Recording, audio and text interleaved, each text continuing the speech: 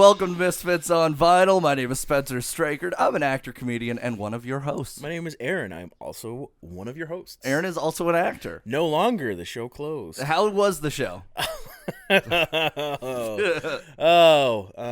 It was really, really good. It was actually the peak of my career. Yeah. Yeah. Did they okay, so did you get any reviews written about you? I don't know. I'd have to look it up. I know that a reviewer came at some point, so we'll have Ooh. to see. Apparently our narrator got reviews, which says a lot about the show. It actually the part in between the actors? That was great. It actually went okay. It was a stage reading. It wasn't even really a play. So we were all holding our scripts. They called it a radio play. We were all holding our scripts, and somehow majority of the actors in the cast managed to fuck their lines up. But I don't want to roast it too hard. They were nice people. There was quite a bit of elderly in the show, so I can give them cut them some slack on that. But let's just say bad British accents. Yeah. Oi, it's a bad British accent. We didn't even run the play fully until the first night we were on stage. Oh no. Yeah, and the main beef I have with the whole thing is just that they were charging a ridiculous amount of money for people to come see the show. Mm-hmm. I mean, it was like $30 a ticket. That felt quite excessive for a play. That is a lot. Like How much were you guys reading. getting paid? Nothing. See, that part I Yeah. have a big problem with, because I'm like, if you're charging that much for tickets, that should mean that everybody's getting paid evenly. Yeah, so there was a couple little grievances I had with the show, and then I was up on stage on the first night. I'm in the start of the play, I'm in the end of the play. Tops and tails, baby. I played a lawyer in the play, and I have a scene with this journalist, and we're reviewing the murder case like 30 years later in retrospect. The murderer had just passed away, so we were reviewing the case, just having some beers or whatnot. And at the start of the play, I'm like explaining all the law, like I'm a lawyer. So like, but then at the end of the play, I'm pretty sure the guy that wrote the play fucked up the names because the journalist was explaining the law to me and directly quoting things I said in the first scene, saying like, you remember when I said this and remember when I said that? I was like, I'm pretty sure our lines are swapped. So that was very interesting. That is interesting, but it was a good way for you to dip your toes back into the industry. Yes. Yeah, and I got some positive feedback, which was nice. It filled my belly, and my ego was quite stroked. And honestly, like, I'm just really impressed that for an actor with a severe lisp, you're getting my newly developed lisp. But it was nice. I've certainly done worse shows before. We've certainly done worse shows together before. So I would say it wasn't my finest work, but it wasn't my worst either. You know what? As long as it's not your worst, that's all that matters. Yep. I really, truly feel that if you just don't do your worst every time, then you're okay. And I hadn't been on stage since early 2020, so it was quite a... That's fucking crazy. Yeah, it was... it's been quite a long gap. Did your parents come to the show? No? I told them not to. Oh, fuck. Yeah. Did Sarah come? Yeah, Sarah Okay. came. Yeah, Sarah came last night. But I did try to encourage non-attendance, I'd say. I tried to persuade people to not come to my show. Yeah, I didn't tell them not to come. I just said, save your money. Buy some Popeyes, fill up half a tank of gas. It's there was better ways to spend your money. That's all. That's fucking great. But overall, I was happy to be back. Like I said, I don't want to shit on it too much because there are nice people involved. It was just very disorganized. Something you will get a kick out of, I think. The stage manager, which is a very important role in the show, listening for cues. She was severely hearing impaired. Oh no. That created a lot of issues, especially in rehearsal. That's hilarious. Yeah. So it was entertaining. The rehearsal process was entertaining. We rehearsed strictly in a pub, which was also fun. So that was good, in a basement of a pub. That's pretty cool. Rehearsal space, yeah. That is pretty neat. Yeah. I like weird site specific rehearsal spaces. Mm-hmm. This has been a rehearsal space before. Yeah, there you go. Yeah. Nice. It's amazing. I guess anywhere, if you really want it to be, it could be a black box theater. Yeah, as long as you have it in your heart. Yeah. That's all that matters. Perfect. Anyways, speaking of in your heart, one thing I got to mention before we get into it, this Friday at the Calgary Comic and Entertainment Expo, we are doing a live podcast. Aaron, myself, and Sam will all be there. We're doing the music of video games. Come on out. It's at 6 p.m. in the Palomino Room H, I believe. Nice. You know what? If it's not, it's right beside it in the Palomino Room G. So it'll be one of those. But yeah, come on out. It's gonna be fun. We'll have some hoots and hollers. Yes, there'll be lots of hoots and lots of hollers and some PG-rated fun. We're not allowed to swear. Not allowed to swear, which will be incredibly fucking difficult for the two of us. I feel like it won't be that hard. It's just a matter of making sure that you stop yourself before you say one. Because I think that for the most part, we can both have conversations without swearing. I think what we should do is we should... Fuddy-duddies. Today, we should get a list of words we need to throw in on the live show just to make it a little more interesting.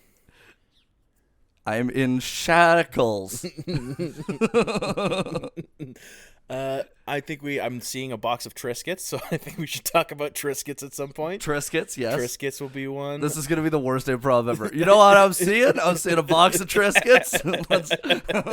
I see a Nintendo Switch. I see a Nintendo Switch. Is that a Game Boy that you have? A Game Boy? I see an incredibly sexy man behind the camera. Oh, man. He's very sexy. Look at him Sorry, spread. Sam, can you move out of the way? Jesus Christ. I was trying to boost Sam's confidence. I'm like, ooh, spread it, baby. No, spread it. Spencer, you got it last week. This week it's Sam's turn. Yeah, fuck me, did I get it last week? Dude, I kind of felt bad after I wanted to give you a hug. I had, it was so funny because I went to the attic on Sunday and I was telling Carla Marks about that episode. I was like, yeah, I was just the fucking punching bag. And then she was like, well, in all fairness, you are always the punching bag in life, so this makes sense that you're the punching bag. She doubled down. She got in on it, She doubled down, and then I was like, oh, I feel like even worse now. Okay, so before we get into it, one thing I gotta say. Yes. I'm going on tour. Yes. Okay, dates. We got Invermere on the 13th of May, Swift Current the 19th. Medicine Hat the 20th, Kelowna on the 27th. So get your tickets. The rest of the tickets are going to be available at some point soon. Had to change the island dates a bit, so I don't know what fucking city I am where on the island. Fair right enough. Now. I'll figure it out. It's very exciting, and you've been having some good shows here in town as well. Yeah, it's been fun. Yeah, you've been opening up at the Laugh Shop. You've been all over the place, man. Yeah, it's been a pretty hectic little stretch here. Yeah, I'm gonna be so supportive and nice to you today. You know, I really appreciate it. I'm so proud of you. Yeah, my it's boy. not like that also makes me very uncomfortable. My boy, I'm so proud of you. I'm so proud of you, my boy. Okay, so we had a very special day yesterday. Yes. In Canada. Yes. It was National Record Store Day. Nice. So I showed up at Sloth Records. I showed up at 2:30 in the afternoon. Yeah. And I did not get into Sloth Records until 3:40 in the afternoon. Wow. I waited in line for an hour because everything, if you don't know, it's 50% off of used records and 20% off of new ones. Nice. So people went ham. And then when I was in the lineup, they were like yelling stuff out like, yeah, just so you know, we got no more Taylor Swift in there. And like, then you'd hear people be like, oh, and Dang. I was like, so it was crazy. But then I spent an hour in the record store. Wow. Because I was scoping. I was on a mission. Doing the heavy lifting I was doing today. a fucking heavy lifting. So this could be possible future reviews. This could be future reviews. So the first one, which I'm very excited about, is Lenny Bruce's stories about how I was arrested. Wicked. That's cool. It's a very fucking cool album. And honestly, I got more crazy good comedy finds than I got anything else because there was just nobody going to the comedy section. Second album that I thought was really dope was Rodney Dangerfield's No Respect, which is just a fucking iconic comedy album of its time. Also, I think that was the reason that Rodney got famous again. Nice. Because that's how he got famous, because he wasn't, and then he quit comedy, and then he came back with this whole, like, oh, I got no respect. He came back with that, and, like, fucking, like, that blew him up. Robin Williams' Reality, what a concept, which is a Grammy-winning comedy album, so that's pretty Pretty That's fucking cool. sweet. Don Rickles Speaks. Nice. Which I'm very excited about.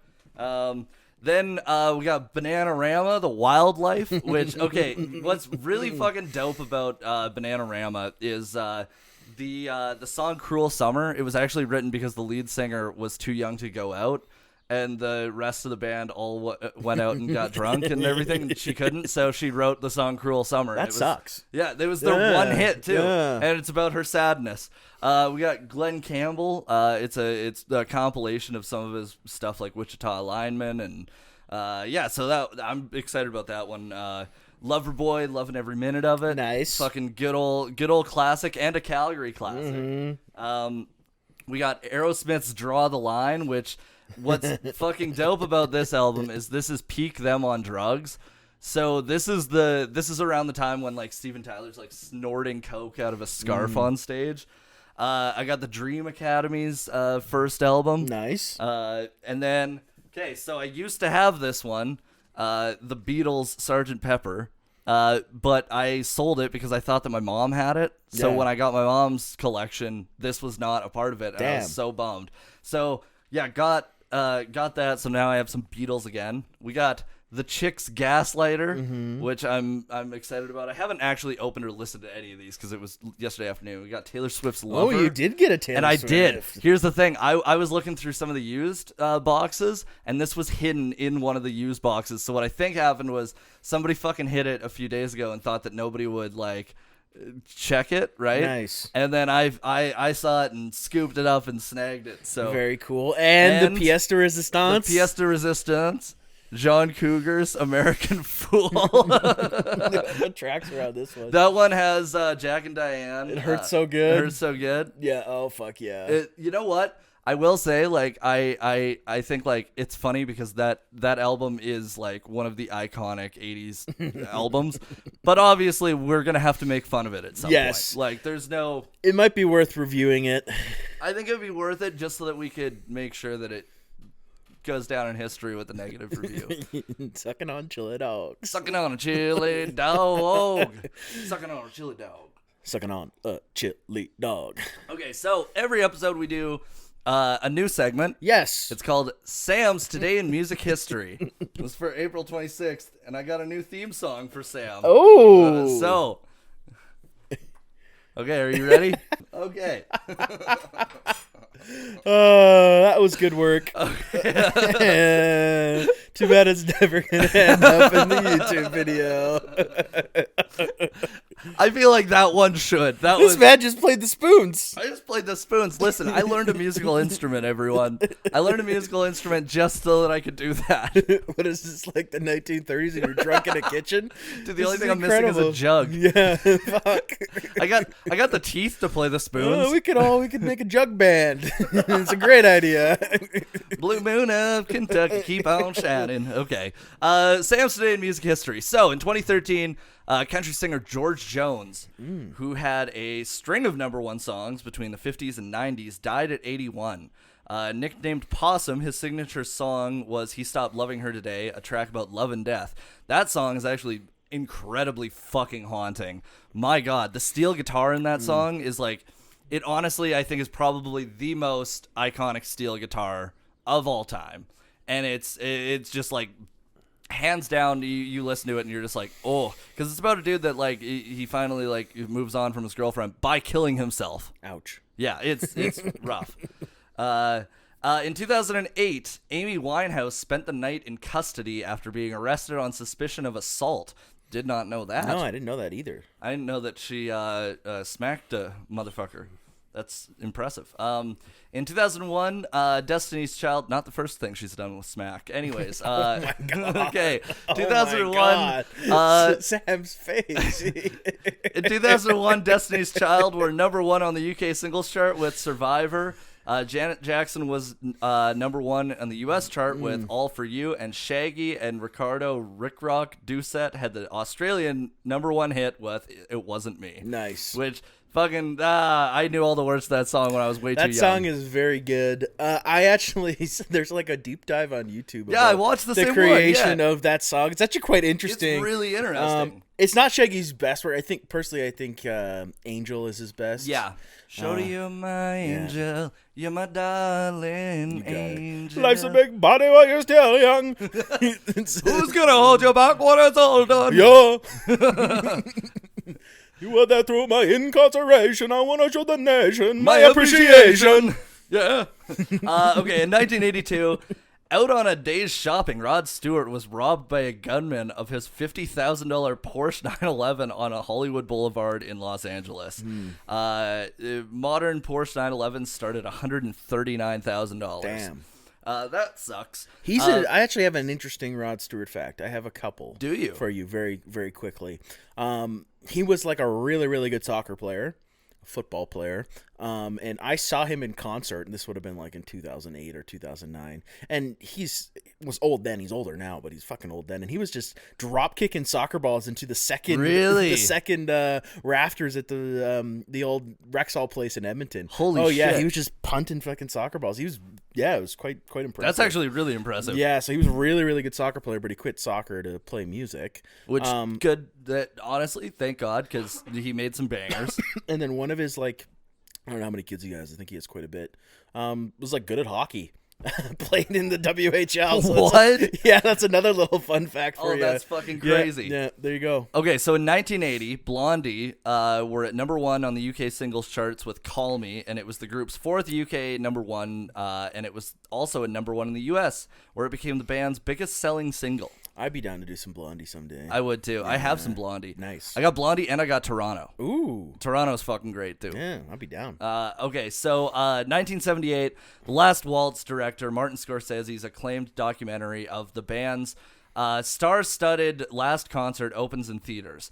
The film features performances by Neil Young, Eric Clapton, Joni Mitchell, Van Morrison, Neil Diamond, the Staple Singers, and Dr. John. That's pretty fucking nuts. And in 1964... the Beatles, the Rolling Stones, and the Dave Clark 5 headlined the NME Poll Winners concert at Wembley Empire Pool, Liverpool. Nice. I think that was a sentence, I think. I think so. I believe, yeah. There was nice. words there. There were words there. Okay, releases in this day. In 1982, Paul McCartney's Tug of War. 1983, Weird Al Yankovic's self-titled first album. Nice. Frank Zappa's Guitar in 1988, and Jimi Hendrix Blues in 1994. Ooh, interesting. There's a really, I have to mention this because it's a throwback, but one of my favorite jokes of all time is a Larry the Cable Guy joke, and he talks about how Boston is the laziest rock band of all time. He's like, they've released 3 albums since 1975. Jimi Hendrix releases 3 a year, and he's been dead for 40 years. So the whole dead artist releasing albums is not a new thing. We are fully aware of that, but it isn't a new thing. It definitely is not. But now with this AI voiceover stuff terrifying. Is insane, man. I posted that clip on our Instagram of Kanye West and Drake singing Wet Ass Pussy. Yeah. And it was really realistic. It was incredible. I thought it was real. Yeah, I legitimately thought that was real. I did not know. You guys hear the Drake and Weeknd AI track? I did. Yeah. That was wild. That was fucking crazy. So it's going to be very interesting. I mean, I've heard Drake and Kanye sing quite a few different tracks. I heard Kanye singing Upside Down by Jack Johnson the other day. Oh, fuck, dude. That's fucking hilarious. I've heard Drake sing anything over the moon. He's Taylor Swift. I've seen Drake sing Taylor Swift. So it's about to get really interesting. I'm anticipating more Juice WRLD albums to come. Juice WRLD's going to have about 15 albums a year. That's actually, so creepy, though, because, I really hate it because I'm fuck, how do you differentiate? So the deepfakes, it's quite, you can still kind of tell with the facial expressions on deepfakes.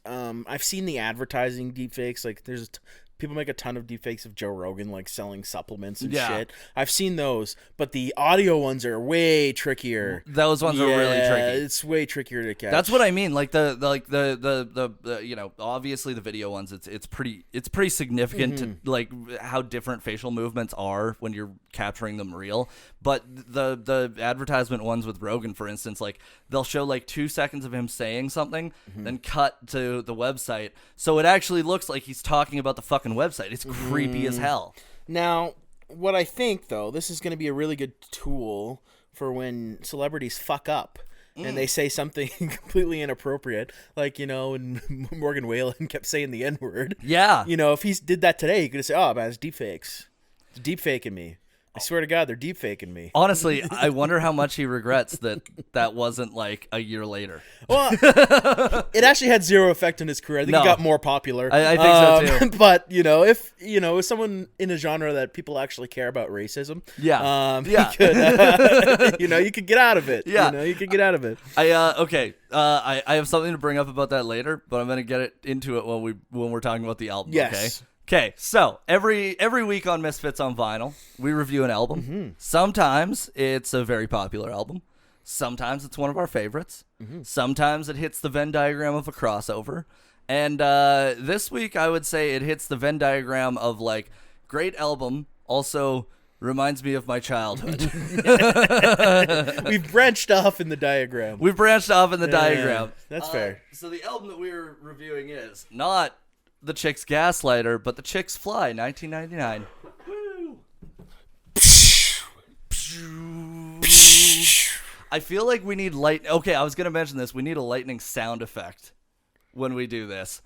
Pew! Pew! Pew! Pew! Pew! Pew! Pew! Pew! Pew! Pew! Pew! Pew! Pew! Pew! Pew! Nice. Okay, so,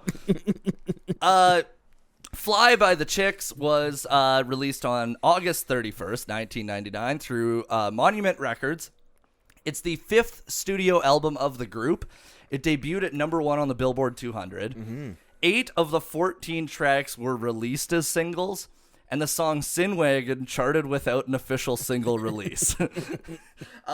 Some Days You Gotta Dance was originally recorded with Keith Urban's country music trio, The Ranch. Nice. But Keith actually recorded the guitar on the Chicks version. Oh, that's cool. I didn't know that. Yeah, so I thought that was a pretty interesting. And this is before Keith Urban was like famous, right? Before he was Keith Urban. I actually also seen Keith Urban in concert at one point in my life. He's fucking pretty good. We got free tickets. Me and my sister went. It was a good time. Yeah, I enjoyed it. You know what? Keith Urban is like he is consistently putting out pretty good music. Yeah, I would say Golden Road, like his first like big album, still one of my favorite albums. Like it's a good country album. He fucking shreds. Yeah. I honestly I wasn't that familiar with his music. Can't say I listened to a ton of his music, but I went to the concert and dude fucking shreds on the guitar. Oh yeah. It was pretty cool. Got no money in my pockets.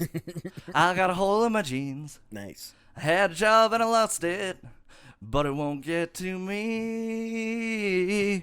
I like how he broke that. Because I'm riding with my baby. I like how he broke that down. It's like, I got no money in my pockets because they have holes in them. It's like, it makes sense. Got no money because they all fell out. And he had a job, but he lost it. He had a job. He lost probably because they had a no hole pants policy. Yeah, yeah. It he makes probably sense. showed up looking like how the contract workers show up to a lot of places. And there were some OSHA and some safety violations with those jeans on Keith. Yeah, they were complaining to AOP about him. Okay, so producers on the album included Blake Chansey, who began his career as a sound engineer and worked with the Allman Brothers, Joe Walsh, and Ricky Nelson before attaining a Bachelor of Arts in Music Business at Middle Tennessee University. Along with developing the Dixie Chicks, he also helped develop Montgomery Gentry, which is fucking crazy. That's cool. That's like two of the biggest, I would say, acts in the early 2000s in country. Mm-hmm. And then Paul Worley was the other producer. He eventually became the chief creative officer at Warner Brothers Records and signed Big and Rich. Nice. Which is pretty crazy as well. So they got a lot of big hitters on this. They got a lot of big hitters on this one. Engineer Chris Rao was known for specializing in country rock and later engineered Taylor Swift's first album and several of her Taylor's versions. Nice. Which I think was pretty cool. Pretty fucking cool. What I wanted to mention about the album is Emily Strayer, who was one of the founding members.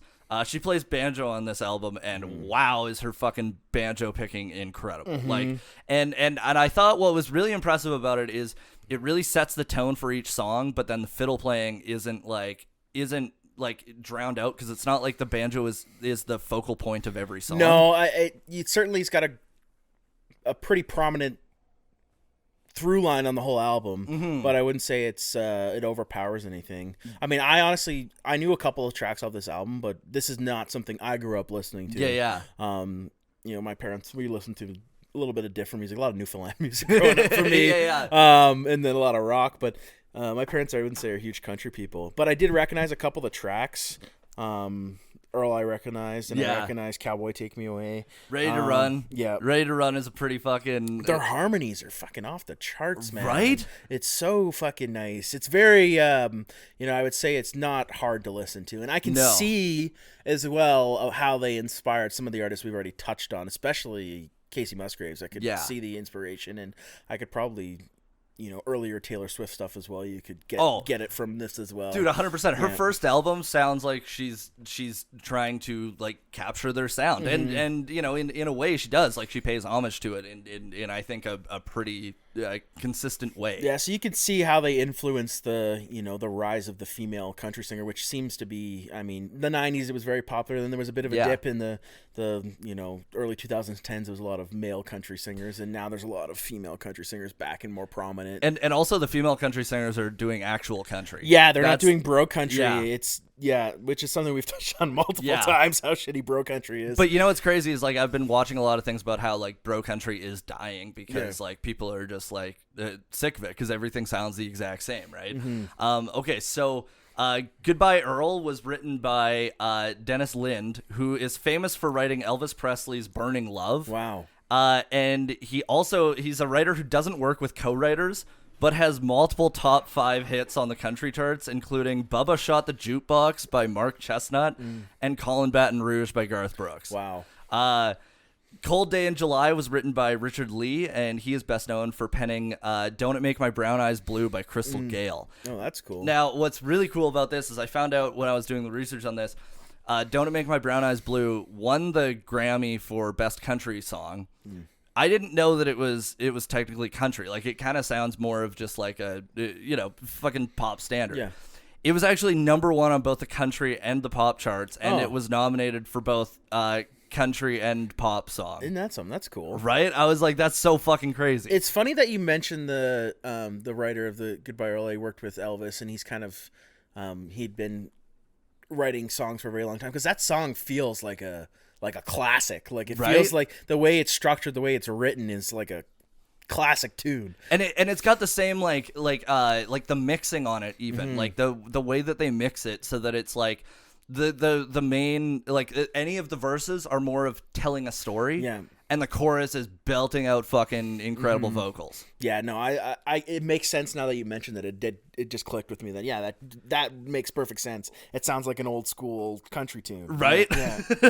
Okay, so 2 last things about the album. Natalie Maines' father, Lloyd Maines, did the steel guitar on the album, and previously he worked with Wilco on their debut album. Oh my god, so many connections here. Right? And then electric guitar was done by Pat Buchanan, who also worked with Don Henley, Dolly Parton, and Travis Tritt. Okay, yeah, I recognize the name Pat Buchanan. Yeah. I think we've talked about Pat Buchanan before. We have, yeah.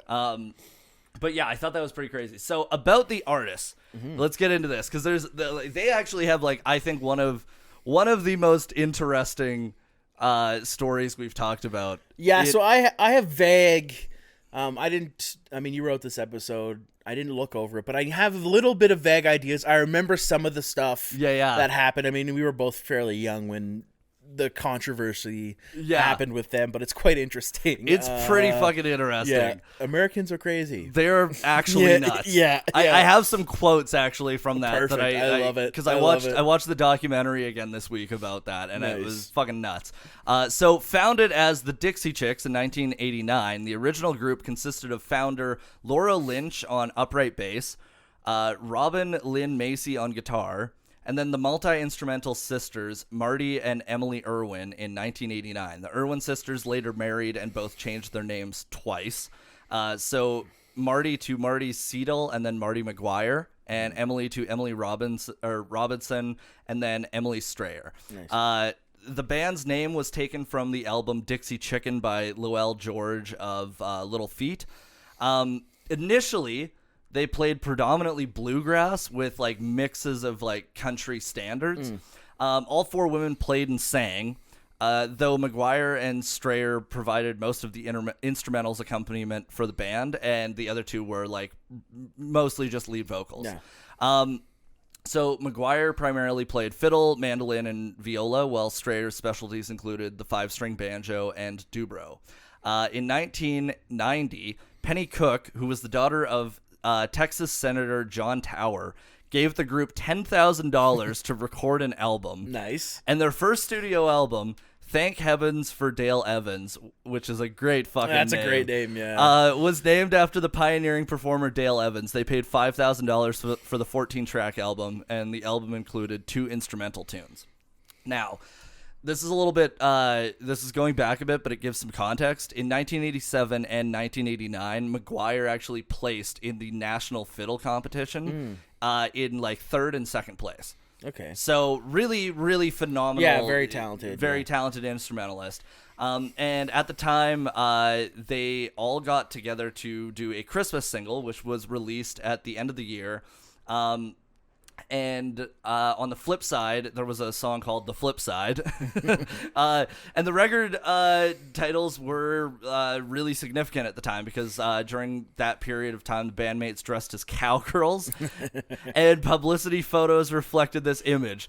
But they did not really get the mainstream success at this point. No, I when I briefly looked over this album, I know that they didn't really get much success until their, like, I think it's in 95 or 96, whatever, that their album it was after a big shift up in the band. Yes, yeah, I was going to say. Because they kind of reinvented their image because Natalie Maines brought in more of a rock and blues influence, whereas McGuire and Strayer were like more of the, bluegrass and like the country standards, like the Hank Williams type stuff. I'll tell you right? what, their image is much more complex and much more interesting than just cowgirls. So Oh, I'll tell you what, fuck yeah, it is. yeah, they have that's it kind of sucks that that's how they started presenting themselves at first, right? Yeah, it does. But what's really crazy is, like, okay, so at that time, like when they released that Christmas album and everything, they were on the Grand Ole Opry. Yeah. They were also on a nationally syndicated radio show. Oh yeah, it's a Prairie Home Companion, which is fucking huge. Yeah. Like that's one of like the biggest ways for country artists still to get like exposure in like a lot of rural markets, right?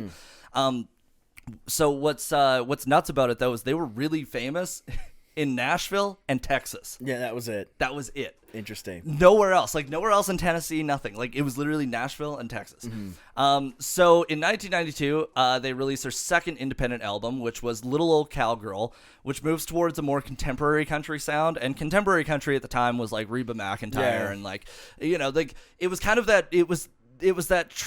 There wasn't really a distinct sound in the early 90s because there was what would eventually become the late 90s sound of country and what was the predominant sound in the 80s. And it was kind of a transitional period. A lot of country ballads at that time. A lot of ballads, a lot of and a lot of like slow slow story songs. Like not even just ballads, but like songs that tell a story. Like fucking The Night That the Lights Went Out in Georgia. It's like that's not a song that's like a ballad, but it's slow as shit. Yeah.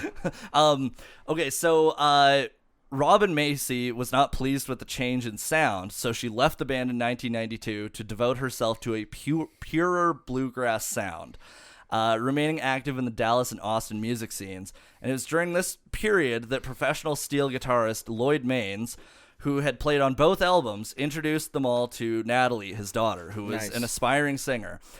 He showed them Natalie's demo tape, which she had sent to Berkeley. And she got into Berkeley on a full scholarship. Wow. Just based on her vocal abilities. That's crazy. So right away they were like, yeah, fuck it, let's add her to the group. She's, younger than the other girls, the other women in the group, but like they were like, yeah, let's do this. So what they did though is like they considered their options with like the major record labels, and they were kind of not looked at too seriously.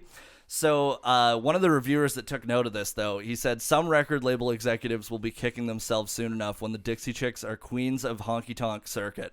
If their show at the Birchmere last week was any indication, these chicks have what it takes to make it to the big time, yet no major label has taken the plunge to sign them. Wow. So even back then, like, people in the crowd were like, these Yeah, guys there are was gonna a be few big. people that were, like you said, they were popular in certain areas, and people saw that they were gonna, make it big. Yeah, they saw the potential in it. One thing that I think is really funny. So I watched an recent interview with Howard Stern, and because Natalie Maines has been like a regular on the Stern show since like around 2004. And they were talking about like her performing at the Country Music Awards with Beyonce, and like that was her first time there in years and everything.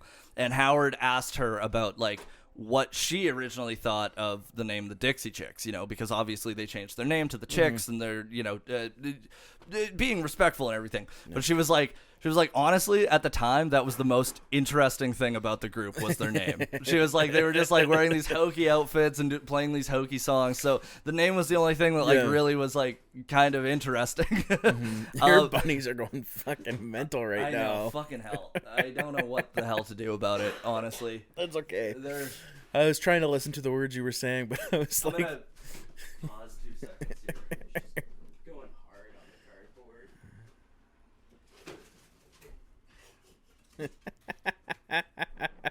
sorry, Spencer. Damn it. It was distracting me. Those little fuckers. Also, the cinnamon in the coffee is nice. Yeah, you Slightly tasty. You noticed the cinnamon? Yeah. Yeah. I saw you do it last time, and I was like, didn't notice as much last time when Forrest was here, but I noticed it this time. It's good. Yeah, it's I think my favorite thing to do with coffee because it makes every pot of coffee just a little bit more pleasant. Yeah, it's got a nice little taste to it. Nice little taste. Takes to the it. bitterness out of it. Yeah, and it also isn't like too sweet. Like it's not like you're adding sweetener to it. No. Okay, so at this point though, Lynch was thrust into the role of lead singer for their third independent album. Should have told you that in 1993. But was unable to attract support from like a major record label, and the band struggled with their fan base, being just in those two areas. Yeah. So a new manager came on board, Simon Renshaw, and he approached music executives Scott Simon, and he signed them to a development deal with Sony Music. Nice. So when this happened, this was in like mid '95, and then the Chicks replaced Lynch with Maines as the lead singer. Accounts of the departure have varied, but it does sound like it was amicable. Like Okay. it doesn't sound like it was like they wanted to, just like blindside her or anything. And she also went on to have a family and is more happier with where her life is now than if she had been a singer in the band. But she said it can't really be characterized as a resignation. There are 3 Dixie Chicks, and I'm only one. Yeah. By her own account, she has no regrets. So that's pretty good. At this point, though, wow, did they ever fucking take off? Yeah, I was gonna say this. Their next album, right? That's the one I was Yeah. talking about. Is where they made it big. Wide Open Spaces was Yeah. the one that blew them the hell up. So now with Natalie Maines as the new lead singer, and they have a more contemporary sound, they have a new look, and Renshaw then sent the producer Blake Chansey to Austin to work with them. So now they're recording in Austin, and so their lineup is now finalized as this. Maines joins the band, and she was not, an acoustic bassist like Lynch was. So instead, she played acoustic and electric guitar, and occasionally electric bass. But she sang lead vocals, and then McGuire and Strayer were singing backing vocals while also playing banjo, dobro, mandolin, violin, viola, and cello. Nice. So there's like crazy amounts of instruments. Their single, I Can Love You Better, was released in October of '97 and reached the top 10 on the American country music charts. And then they recorded their new album, Wide Open Spaces, which was released on January 23rd, 1998. Nice. And over the space of the year, it had 3 singles that entered the charts. So there's Your Trouble and You Were Mine and Wide Open Spaces, which are all great songs. There's your trouble. There's your trouble. It's so good. But the album was huge. Like, it was huge everywhere. It was number 1 in the US, number 1 in Canada. Like, it eventually got to the number 1 on the country charts. So after that, they followed it up with Fly immediately after. But in 1998, they sold more CDs than all other country music acts combined. That's unbelievable. That's fucking insane. That's nuts. Right? Like, Wow. that's at a time when like Garth Brooks released his last album. That's insane.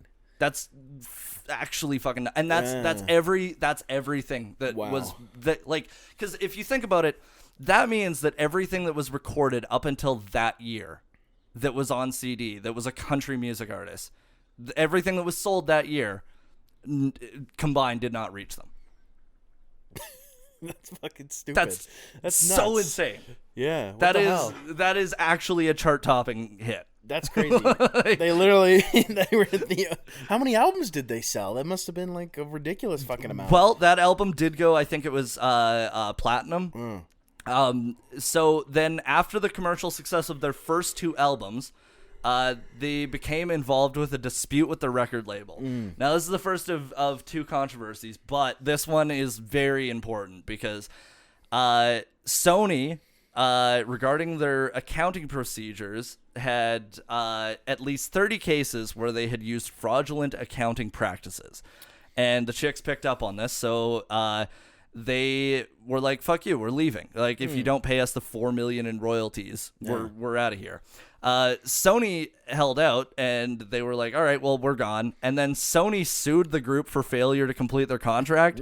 So then they countersued Sony for that, which added clout to the claims made by singers Courtney Love, Amy Mann, and Leanne Rimes against the recording industry. Yeah. So that kickstarted a lot of discussion about, artist pay and everything, which... Well, if I know one thing about record labels, and, record producers, they always have the artist's best interest in mind. Yeah. They never take advantage of anybody, and they definitely pay them what they deserve. They definitely pay them what they deserve. And I think that, we don't consider the record executives enough. We don't think about the 4 yachts that they have to make payments on. I was going to say, like, how are they meant to survive on 90% of the royalties? Yeah. Why isn't it 95%? Why isn't it 97? Yeah.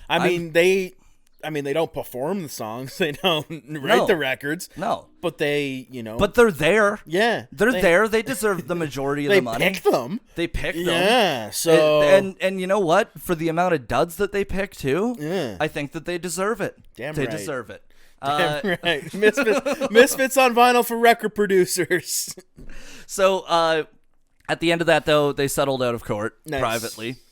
I think that means that they got what they wanted. Probably. And Sony had to pound sand, which is good. More than likely. Okay, so then in 2002, Home was released, which was recorded independently by the chicks with Lloyd Maines, like Natalie's dad. Unlike the chicks' 2 previous records, Home is dominated by up-tempo bluegrass and pensive ballads.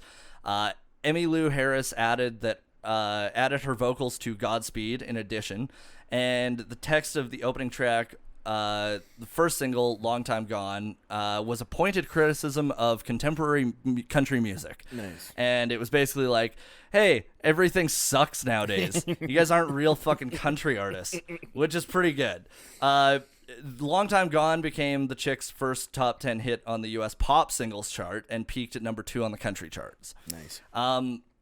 So it had their cover of Landslide. I was gonna say that's one of their more famous songs. Yeah. And honestly, I really do like that cover. I think that's one of the only times where the cover is just as good as the original, but for different reasons. Yep. Like, I think they made it their own, but it's that's a great song, so it's hard to fuck that one up. Yeah. Yeah. It's really hard to fuck it up. They did put a nice twist on it, and once again, their harmonies shine through as fuck on that song. And the music video is like very haunting because like Emily Strayer is pregnant at the time, and so they're like, obviously we all know what the lyrics of Landslide are. We talked about it during the Fleetwood Mac episode, but it's like there's there's so much context that is given from them with their perspective of like, becoming like adults and moving past like certain elements of their lives and the record industry and everything and welcoming new life into the world and everything. So they have like a different perspective to add. Yeah, to well, it. it takes the same words but applies a different meaning. Yeah, it's just like with Hurt with Johnny Cash and Nine Inch Nails.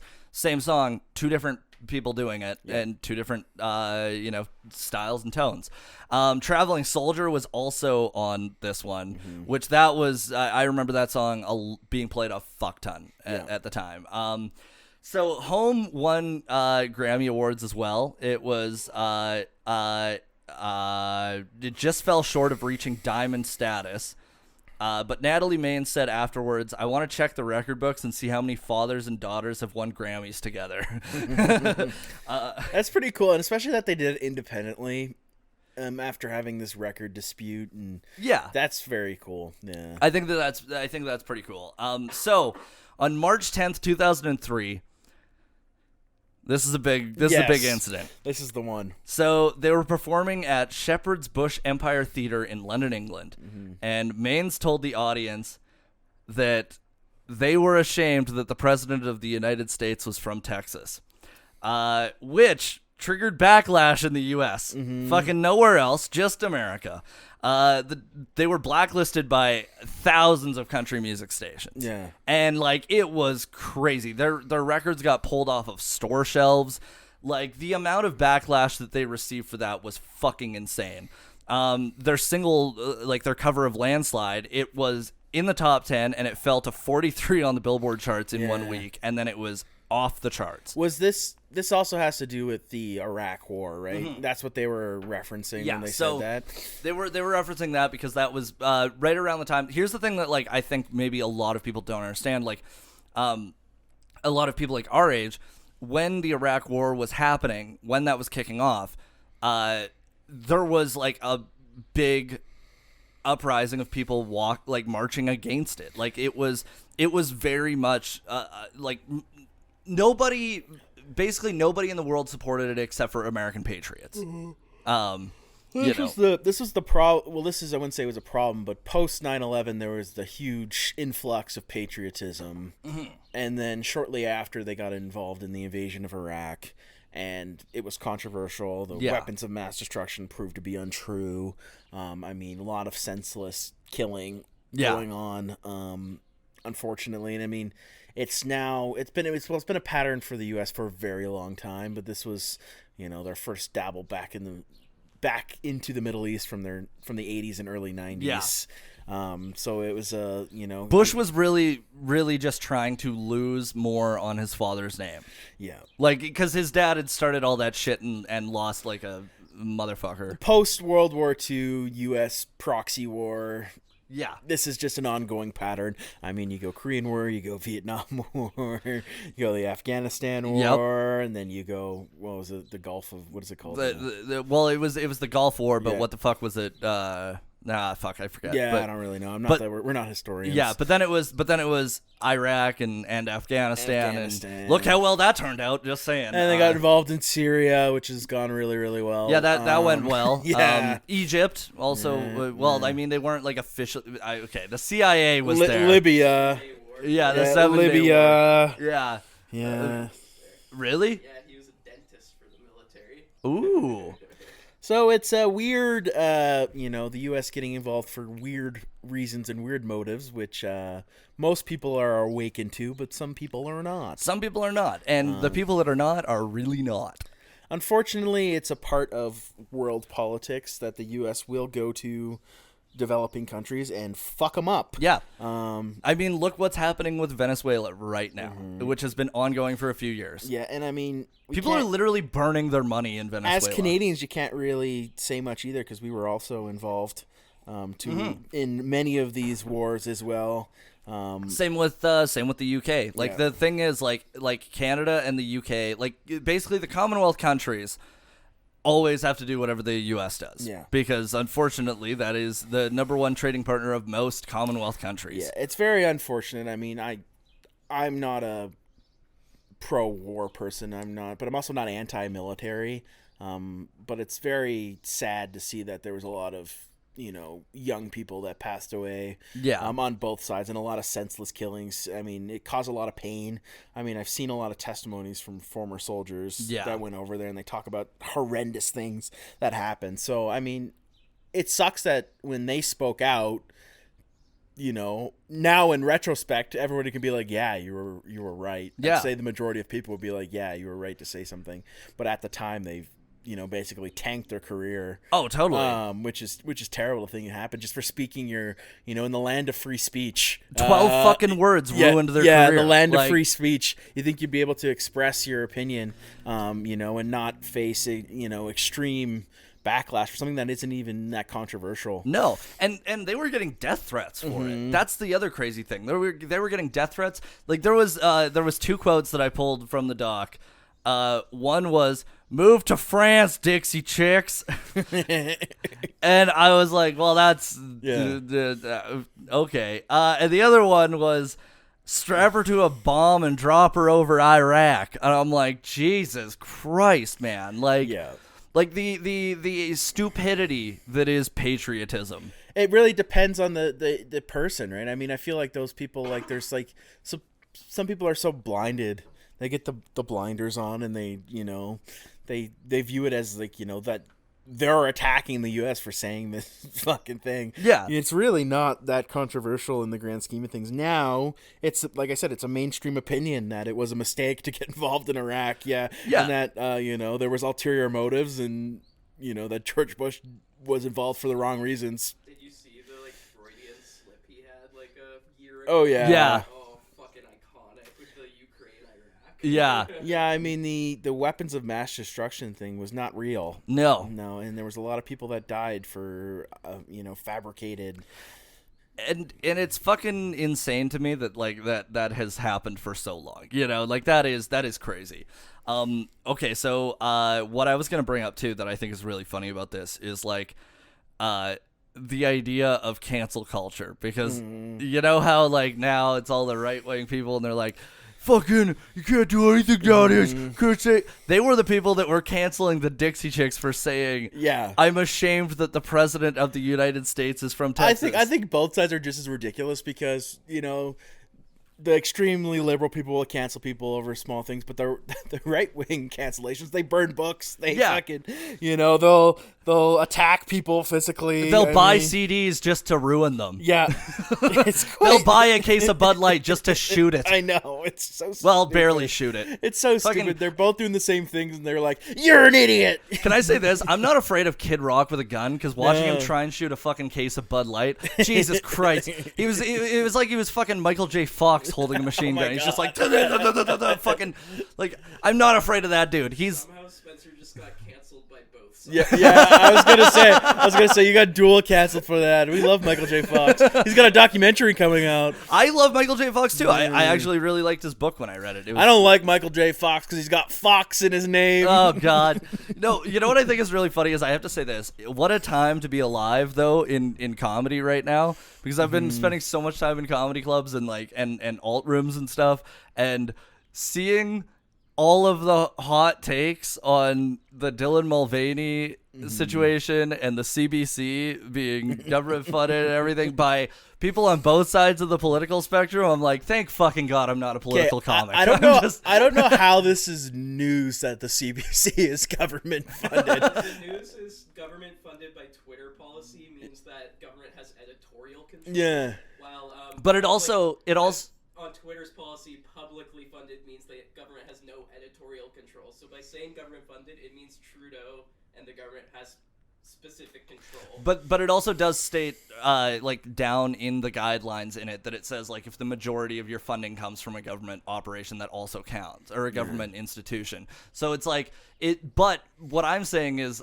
I don't think, why does it fucking matter? My thought is, about Twitter is my question. Yeah, why do we give a fuck about Twitter?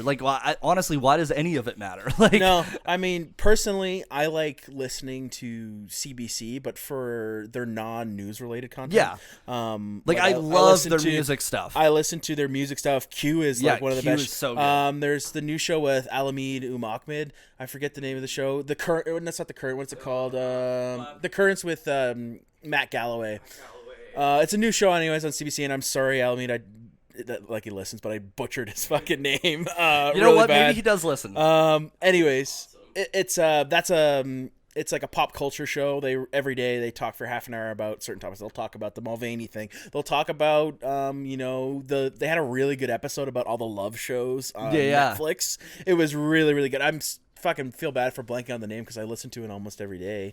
But their content outside of the news, and then some of their Alberta specific content is really good as well. Alberta at Noon with Julie Aldis is very good as well.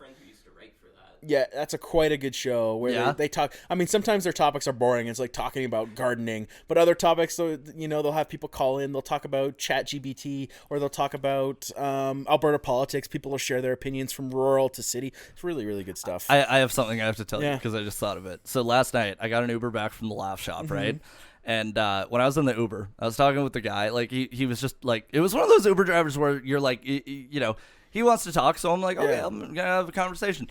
But then slowly he started being more and more conservative, and like he was kind of like testing the waters, I guess, to see like how I would fare with things. He was like, "What do you do for work?" I'm like, "Oh, I'm an actor and comedian." And then, but then all of a sudden, out of nowhere, he's like, because of Jason Kenney, I'm getting so much work as a contractor now because there's so many people coming here. And I was just like, Jesus Christ, okay. And then he's like, and then he goes one step further, and like he's like, like this came out of nowhere. Also, I had smoked a joint at the Laugh Shop, so I'm in the car, I'm high as fuck, and I'm trying to be polite to this guy, but okay, so fuck me. Out of nowhere, he's like, the only reason I'm driving Uber is because I used to work in the stocks. I used to be a day trader.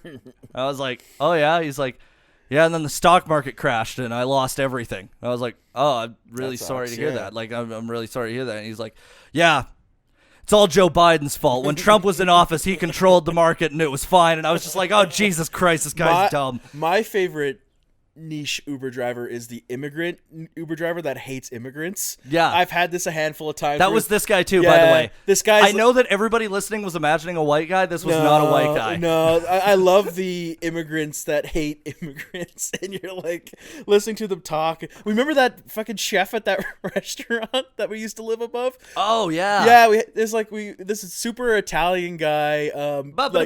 Barely spoke any English. The only thing he would talk about is how much he hates fucking immigrants, and he's like clearly an immigrant. It's like, oh my god, dude. Like, yeah, but I had an Uber driver recently as well. This guy was he was from the Middle East.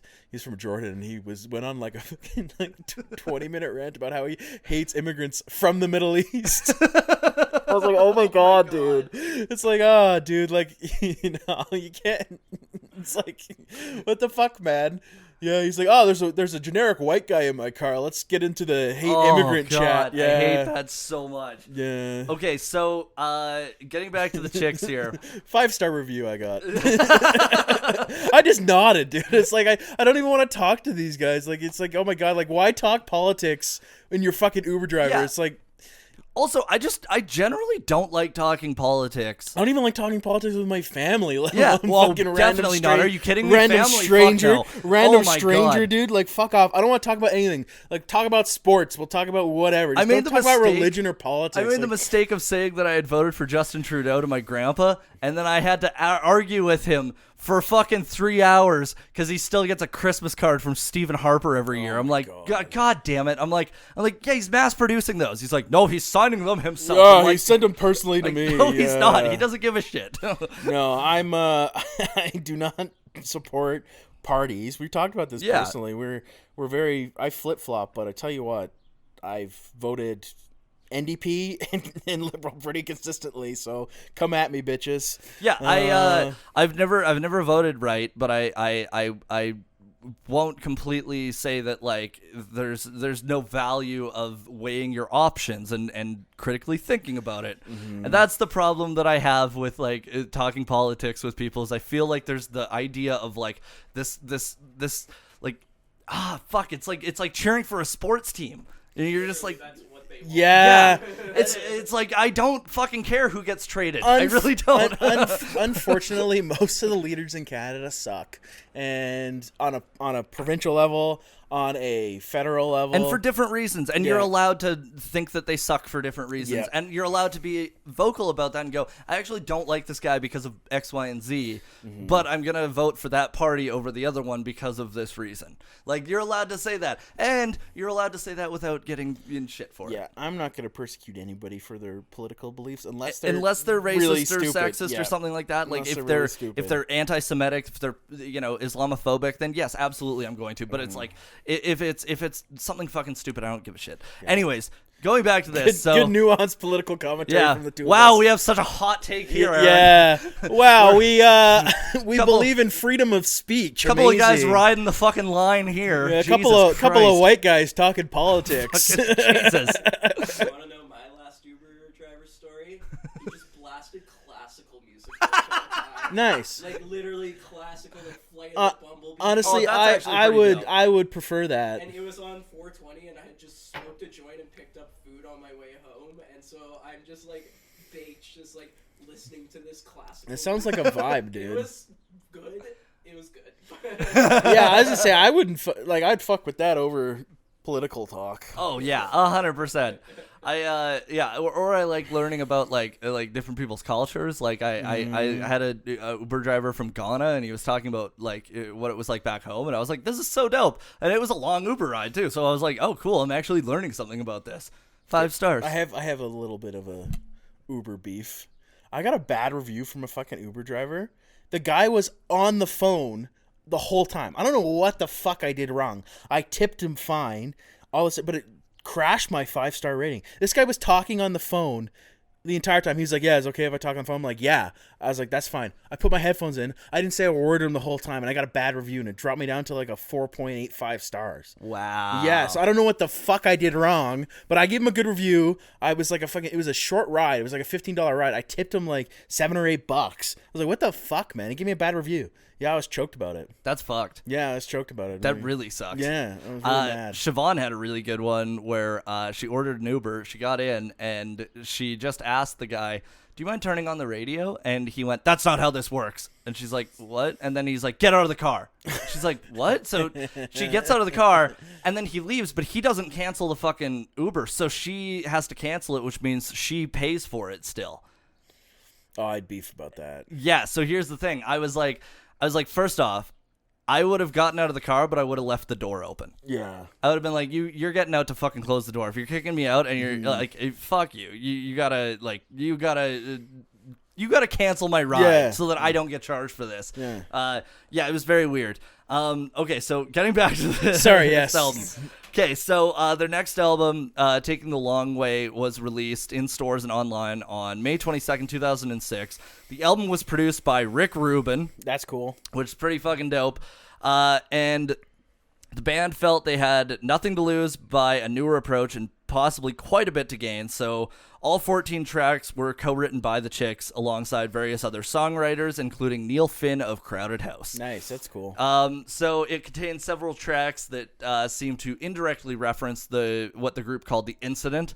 And McGuire commented that I'd rather have a smaller following of really cool people who get it, who will grow with us, rather than people who just have us in a 5-disc changer with Reba McEntire and Toby Keith. We don't want those kinds of fans. They limit what you can do, Damn. which is fair. Toby Keith fans are pretty fucking dumb.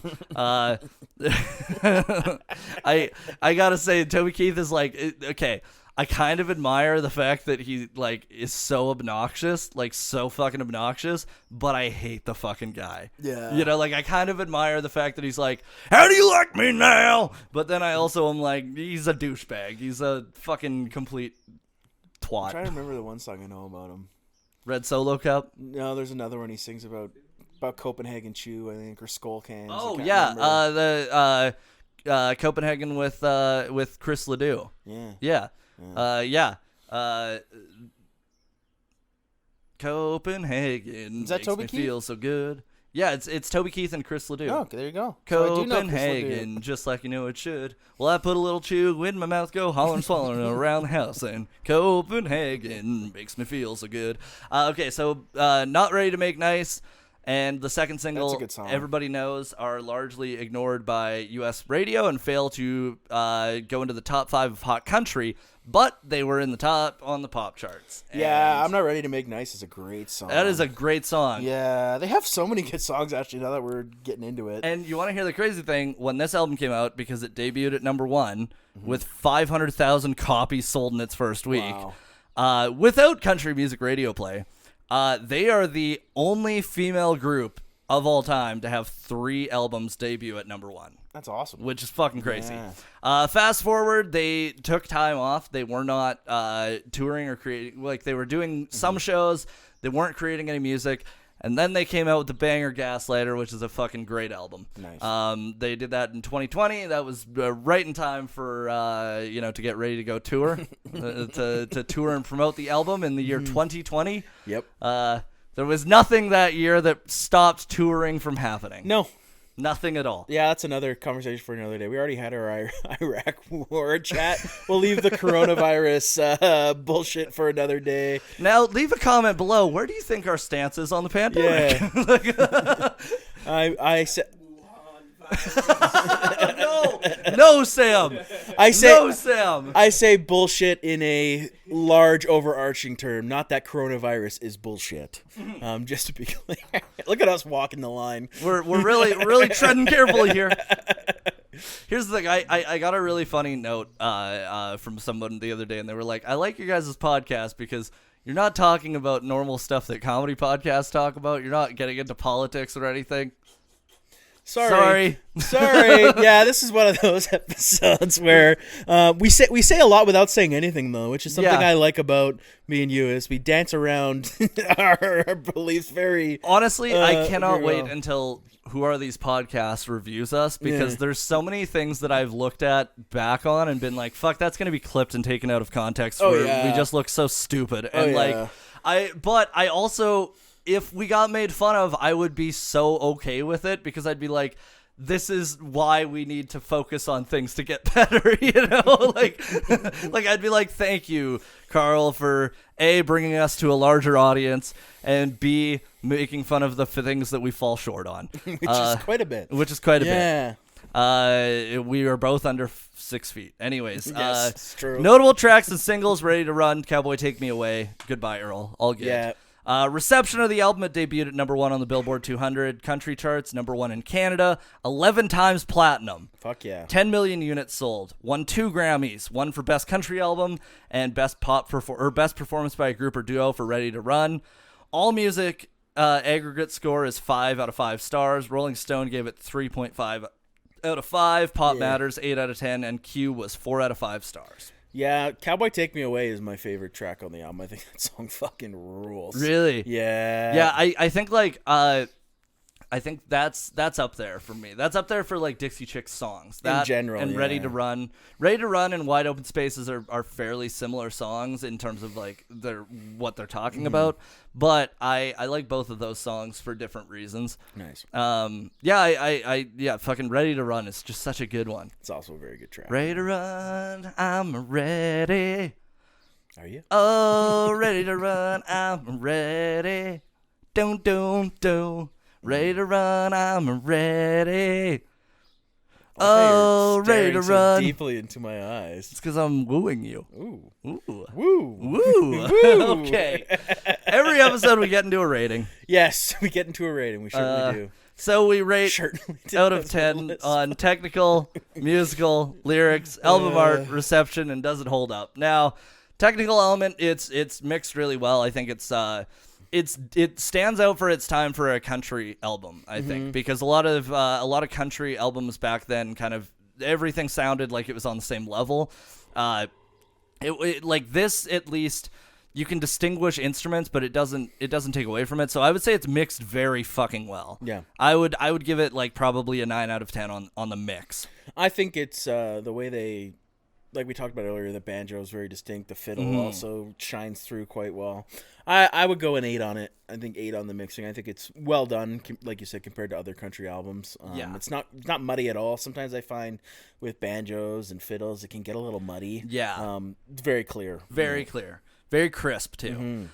Musical element, I'd have to go really high on this, if not just for the fiddle and the banjo, because both are done so well, and I think that this is the peak of when they were like instrumentally. I think this is their peak album. I think that because I used to play the 5-string banjo, so I at least understand it really well, and I think that Emily Strayer is a fucking phenomenal banjo player, if not maybe the most prolific in popular music, because she's just she's able to make any song better with her banjo playing, while not taking away from it. Yeah. So I would probably say 8.5 on music. Nice. Yeah, I would agree. I think I'm gonna go 9 on it. 9? Yeah. All right, so we're at 8.75. Lyrics are great on this album. Yep. Fucking Goodbye Earl is a fucking great song. I can't remember what song it's off. It's just got the one. They got the one line about looking out at a field and not seeing any buildings. I forget how it's worded, but it's nice. It's quite nice. It's worded quite well. I think that's in Cold Day in July. Yeah. And that was something that I wanted to mention too. Is McGuire actually co-wrote a lot of the songs with another writer. I forget his name. So there was 14 writers on this album, but they were all each song except for Goodbye Earl had one of the chicks working co-writing it. Nice. So lyrics, I would probably give it a 9 out of 10. Yeah, I'm gonna come in around an 8 on it. I think. 8. Yeah. All right, so we're at an 8.5 now. Album art, it's the fly written on different colors.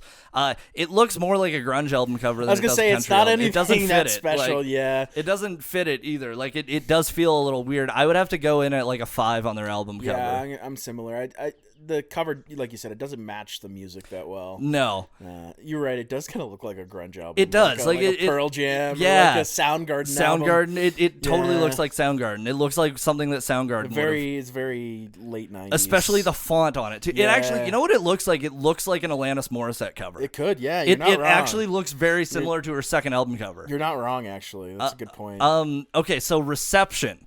It's very well received. It's I would have to say a 9 out of 10 on reception. Yeah, I'd agree. And does it hold up? I'd say absolutely. I think it does as well. Yeah. So I think this rating, it's 8.5 out of 10. Yeah, that seems fair. All right. Well, that's it for this episode of Misfits on Vinyl. What an episode today! Oh my god, yeah. I almost fell asleep listening to us today. I know. I'm sorry. No, it's my fault. I'm honestly, tired today. I gotta say, I'm really happy with how the podcast has been going. I'm really happy with. I want to say a personal thank you to everybody who listens. I really am thankful for it because getting to meet some people at shows that listen has been really cool. I actually met somebody who listens to our podcast. Really? I was getting a coffee at Starbucks. Yeah. Are you shitting me? Yeah. Dude, what? Yeah, so I was getting a coffee at Starbucks, and this guy, Lucas, he was kind of looking at me, and I was like, why is this guy staring at me like that? And he was like, hey, man, I really like listening to your podcast.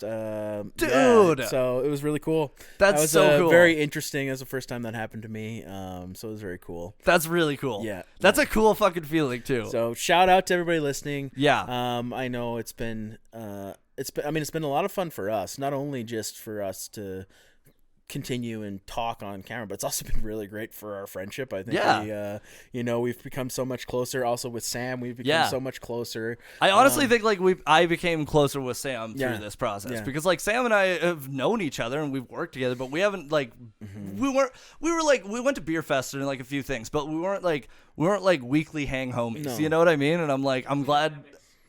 Yeah. Yeah, I'm glad that we've been able to do that. Also, it's been a year since the Peach Pit concert. Wow. Yo, that fucking came up in my memories the other day, and the crazy thing was I was wearing my Peach Pit shirt the day cool. that popped up, and I was so happy. But yeah, I've been really happy doing this. I think it's been a lot of fun, and I'm excited to see where we go with it. I mean, the fact that we just get to do it and shoot the shit, and we have really, really fun episodes, and we have some serious episodes. We're able to express not only our interest in music, but also our personal stories, personal anecdotes. Yeah. It's really great. And I also want to say too, I think it's I'm really thankful that we're able to goof around and have fun and not like we're able to have those serious moments, but when we're goofing around and having fun, like people understand that. I'm really glad that like our dynamic works for that, because like I think that you know, there's a lot of times where that dynamic gets blurry. And I like too that, just on a personal note, and I don't feel any pressure from either of you guys to, you know, today's got to be this, it's got to be a wacky, funny episode. I mean, I feel like we have episodes that are really funny, and we have episodes that are not as funny, but we get more into the actual content of the music and content of the artist, like today's. And I don't feel pressure to have to, you know, dance monkey, make us laugh. You know? I don't feel like that pressure. a pressure to perform. No, you know, and I think that makes a difference on me mentally.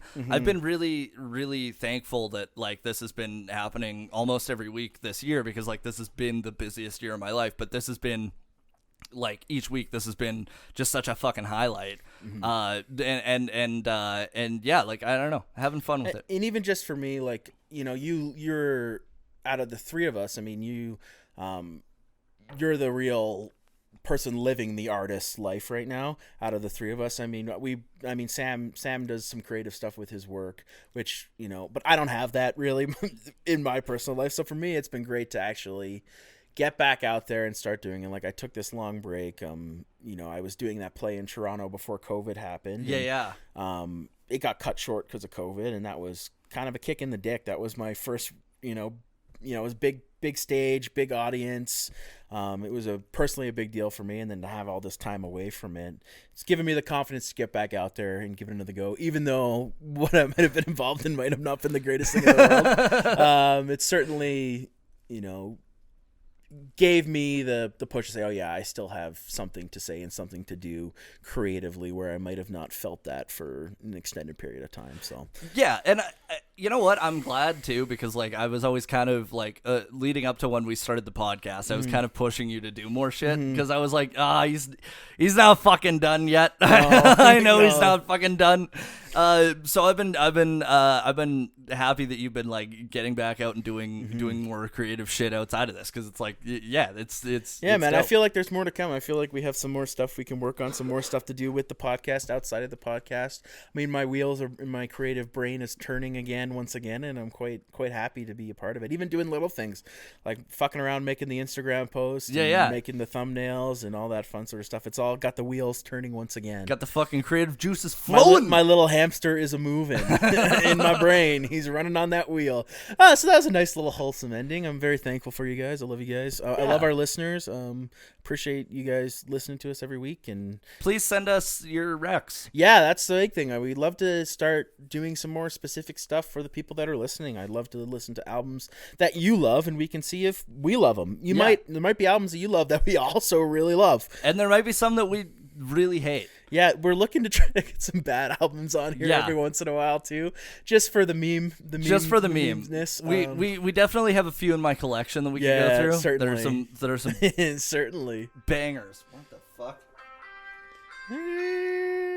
Hello. Yo, so just to let you know, I'm just finishing up the podcast right now. Yeah, no worries. Bye. All right. Okay. On that note. I don't know. Are we gonna cut that? Fuck, I feel. No. That was just my homie Brody. Him and I are gonna go smoke a joint and go longboarding. What's up, Mr. McCool? Mr. McCool. All right. Well, thank you so much for listening to another episode of Misfits on Vinyl. We really appreciate it. Like we said, send us your recs. Come to the Comic Expo. Come to see me on tour. Yes. Thank you very much. Have a good one. Anal contusions. Thank you for listening to this episode of Misfits on Vinyl, hosted by Spencer Streichert and me, Aaron Walsh, and of course produced by Sam the Tech Man, Sam Lindsay. If you like us, please rate us, subscribe to us, share us. Our socials are Misfits on Vinyl Podcast on Instagram and TikTok. If you want to send us an email with any suggestions or criticisms, we love that shit, so send it away. It's misfitsonvinyl@gmail.com. We love you guys. Thank you.